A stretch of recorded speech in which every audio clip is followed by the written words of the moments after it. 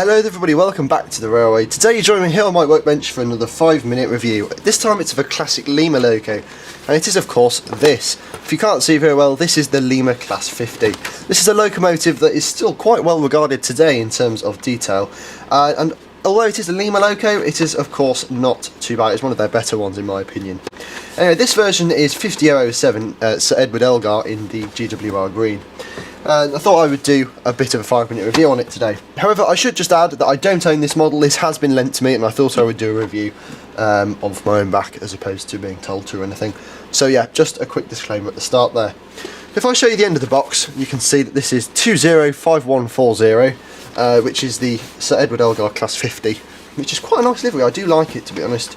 It does suit the Class 50s, and I might have, if I had a bit more money, I might have been tempted to buy a third Akira scale one. In the GWR green.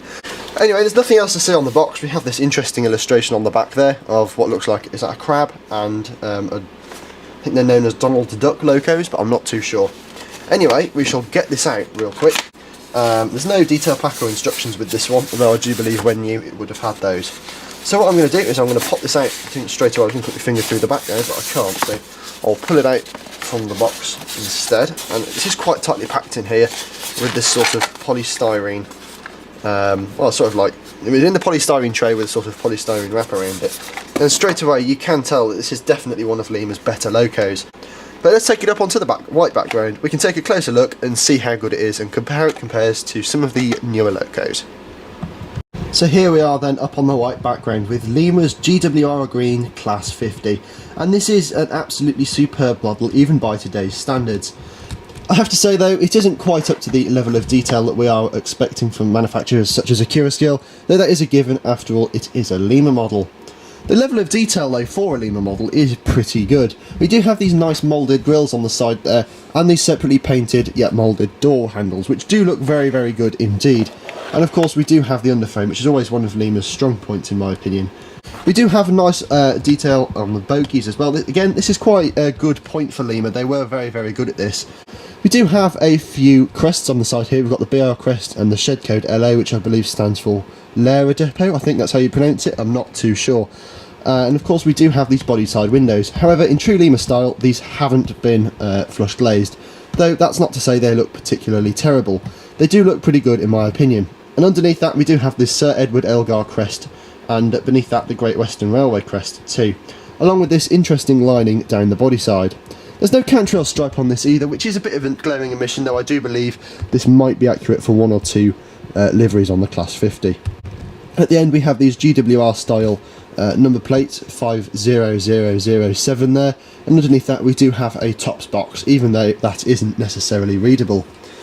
We do have more of these nicely moulded grills at the end there, with a few rivets around them too, which do look very, very nice. And I do like the finish on this as well. Although it is quite plasticky, it does capture the light nicely, and it really does give off the impression of a Class 50. You can almost hear the engine idling as we speak.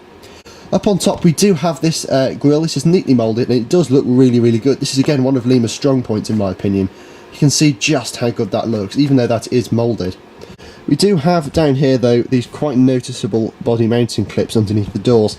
These aren't great, and in my opinion do detract from the model a fair bit. Along with this interesting glazing line here where you'd open the window. This in my opinion should have been picked out, and it wouldn't have been too much of a problem to do this. At the end of the model we do have the Class 50's jumper sockets, which are nicely represented here. Only the surface of these is painted, and obviously they are moulded, so they're not quite as good as some of the more recently released locos. However, this does look pretty good, and as I said before, a bit of weathering on it would look really good indeed. We do have these plastic buffers. These aren't sprung, I'm afraid, but they do look very, very nice indeed. Including this head code box actually at the top. I've just noticed that, and how good those grills on either side of that look. Anyway, it's quite a nice loco, and obviously it does capture the character of the Class 50s really nicely. So let's get it up onto the layout. I've set up some BR coaches, and we can see how it performs. Right, so here she is then, the wonderful Lima Class 50 down onto the track. And I haven't railed her up properly. And there we go. So let's see how she performs. So I'm going to turn her up slowly and see how the crawl goes. And as you can see, that is pretty typical Lima crawl there. It has a cutout on that joint there. So you can see, yeah, pretty typical Lima crawl. Quite coggy and not particularly slow. Though, at higher speeds, she has that typical Lima one, but she is a very nice smooth runner, as you can see.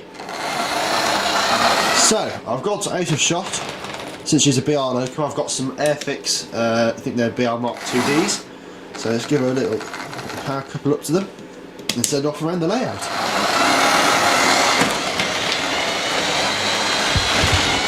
Sadly though, this example does appear to have suffered from Lima's trademark plastic warping, which has plagued a lot of their older models. And as a consequence, that front bogie has warped and expanded and now no longer turns properly in the chassis despite being oiled. And so there we are, the mediocre Lima Class 50. So I've got some ratings here ready to go, and for detail I'm giving this 3. This is one of Lima's better models when it comes to detail. In terms of mechanism, I'm giving this 2. It's got the typical Lima pancake motor in there, and it performs quite nicely, to be honest. It performs as you'd expect, I should say, really, as you'd expect from a Lima motor. In terms of performance, I'm giving this example 1.5 out of 5. However, I have known other examples to perform much, much better, with better performance closer towards the 4-star mark. But I'm giving this 1.5 because it just keeps derailing. And that leads me on to the quality, because this is quite poor on this. I'm giving this 2.5. And the reason it's so poor is because this particular model, not all of this variation, if that makes sense, but only this example I've seen with it, has had the plastic in the bogie expand and cause it to have really stiff bogie, so it derails going around corners.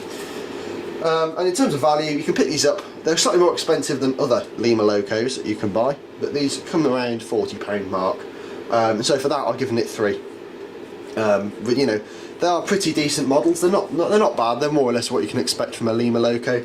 And all in all, they're not too bad, as I said. So overall, it comes out with a score of 4.8 out of 10, which is a bit below what you'd expect for a Lima loco, I guess.